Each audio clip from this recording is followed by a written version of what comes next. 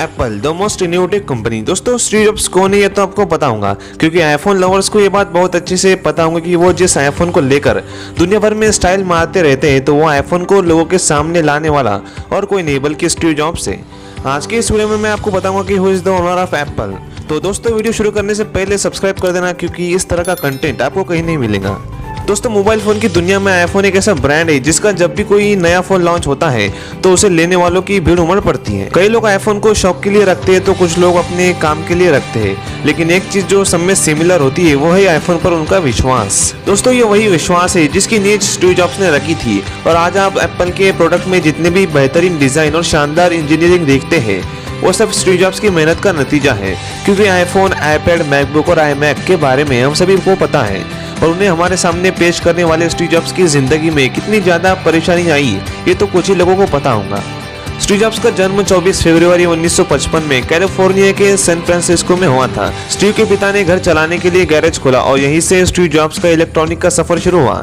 Steve jobs शुरू से ही काफ़ी इंटेलिजेंट थे, लेकिन ये शरारत भी करते थे, और उनके तेज दिमाग की वजह से इन्हें स्कूल टीचर इन्हें और बड़ी क्लास में डालना चाहते थे, लेकिन उनके पेरेंट्स चाहते थे कि इन्हें सारी चीज़ें नेचुरल तरीके से हो, इसलिए इन्हें नॉर्मल बच्चों की तरह ही पढ़ाई करनी पड़ी। और सिर्फ 13 साल की उम्र में स्टीव की दोस्ती स्टीव वोजनियाक से हुई, जिनका दिमाग भी स्टीव जॉब्स की तरह ही तेज था और इन्हें भी इलेक्ट्रॉनिक में बहुत प्यार था। हाई स्कूल की पढ़ाई करने के बाद स्टीव जॉब्स ने कॉलेज में दाखिला लिया, लेकिन कॉलेज की फीस बहुत ज़्यादा थी और स्टीव के पेरेंट्स भी मुश्किल से खर्च चला पा रहे थे। कुछ ही समय में स्टीव जॉब्स को ऐसा लगने लगा कि कॉलेज की पढ़ाई महंगी भी है और उनका पढ़ाई में मन भी नहीं लगता, इसीलिए उन्होंने 6 महीने में ही कॉलेज छोड़ दिया।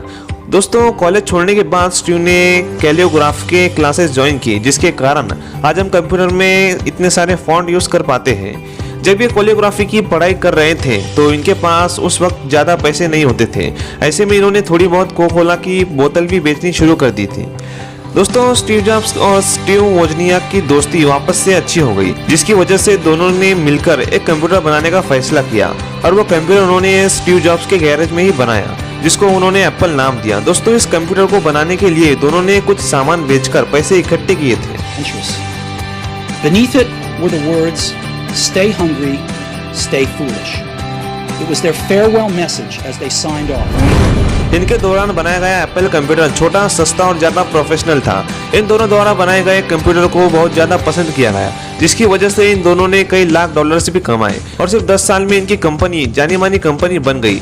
पर जब कंपनी का थोड़ा घाटा हुआ तो इसके लिए स्टीव जॉब्स को जिम्मेदार मानकर 17 सितंबर 1985 में इन्हें कंपनी से निकाल दिया गया।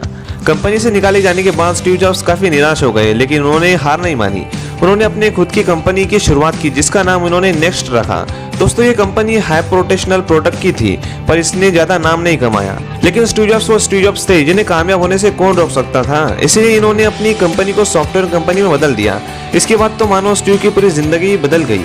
इन्होंने इतने पैसे कमाए कि बाद में $10 मिलियन देकर इन्होंने एक ग्राफिक कंपनी खरीद ली, जिसका नाम द पिक्सर रखा, जो आज पूरी दुनिया में फेमस है। इसके बाद स्टीव जॉब्स ने कभी पीछे मुड़कर नहीं देखा और लगातार तरक्की की सीढ़ियां चढ़ते रहे। वहीं दूसरी तरफ एप्पल कंपनी घाटे में चल रही थी। इसी वजह से एप्पल ने स्टीव जॉब्स की नेक्स्ट कंपनी को $477 मिलियन में खरीद लिया, और फिर इन्हें जिस कंपनी से निकाला गया था उसी एप्पल कंपनी में स्टीव जॉब्स सीईओ बन गए। और उनके इस पद पर बैठने के बाद एप्पल कंपनी ने भी तरक्की की सीढ़ियां चढ़ना शुरू कर दिया। जहां सबसे पहले स्टीव जॉब्स ने एप्पल कंपनी में मौजूद जितने भी 250 प्रोडक्ट थे उन्हें हटाकर 10 प्रोडक्ट रखे और इन्हें सबसे बेस्ट क्वालिटी का बनाने का फैसला किया, और इनके इसी फैसले की वजह से आज एप्पल कंपनी का कोई भी प्रोडक्ट फ्लॉप साबित नहीं होता। दोस्तों अगर देखा जाए तो स्टीव जॉब्स की जिंदगी से हमें बहुत ही कुछ सीखने को मिलता है। एप्पल के मालिक स्टीव जॉब्स के डेथ के बाद कंपनी का पूरा काम टिम कुक ने संभाला था, और आज ये कंपनी के सीईओ हैं। दोस्तों इस पर आपका क्या कहना है हमें कमेंट में बताओ, और इसी तरह के इंटरेस्टिंग वीडियोस लगातार देखने के लिए हमारे channel get ready for fact को सब्सक्राइब कर देना। हम फिर मिलेंगे नई वीडियो के साथ, तब तक हैव अ नाइस डे।